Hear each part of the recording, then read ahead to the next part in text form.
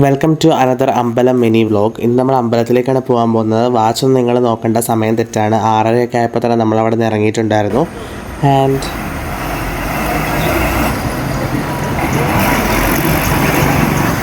അങ്ങനെ ഞങ്ങൾ ഏകദേശം ഒരു 7:45 ആയപ്പോൾ ഇവിടെ വന്നിട്ടുണ്ടായിരുന്നു. ഞങ്ങൾ ഇന്ന് സെൻ ഷീജാമ്മ, അപ്പുച്ചേട്ടായി, റജിച്ചാച്ചൻ, അമ്മ, ഞാൻ അവർ ഞങ്ങളെ പിറവത്തുനിന്ന് പിക്ക് ചെയ്തു. അതിനുശേഷം ഞങ്ങൾ ഒരുമിച്ച് കാറിൽ ഇവിടം വരെ വന്നു.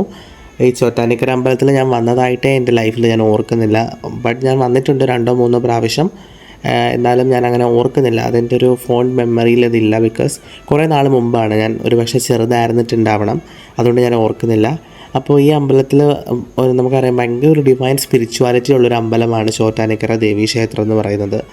കേരളത്തിലെ തന്നെ one of the most famous ആയിട്ടുള്ള അമ്പലങ്ങളിൽ ഒന്നാണ് ചോറ്റാനിക്കര ദേവീക്ഷേത്രം. ഇവിടെ വരാൻ സാധിക്കുന്നത് തന്നെ ഭയങ്കര ഒരു ഭാഗ്യമാണ്. നിങ്ങൾ കണ്ടല്ലോ, ക്യൂവിൽ ഞങ്ങൾ കുറേ നേരം നിന്നതിന് ശേഷം ആണ് ഞങ്ങൾക്ക് അകത്ത് കയറാനായിട്ട് പറ്റിയത്. പക്ഷേ അകത്ത് കയറാൻ പറ്റിയത് വലിയൊരു ഭാഗ്യമായിട്ട് കണക്കാക്കുന്നു.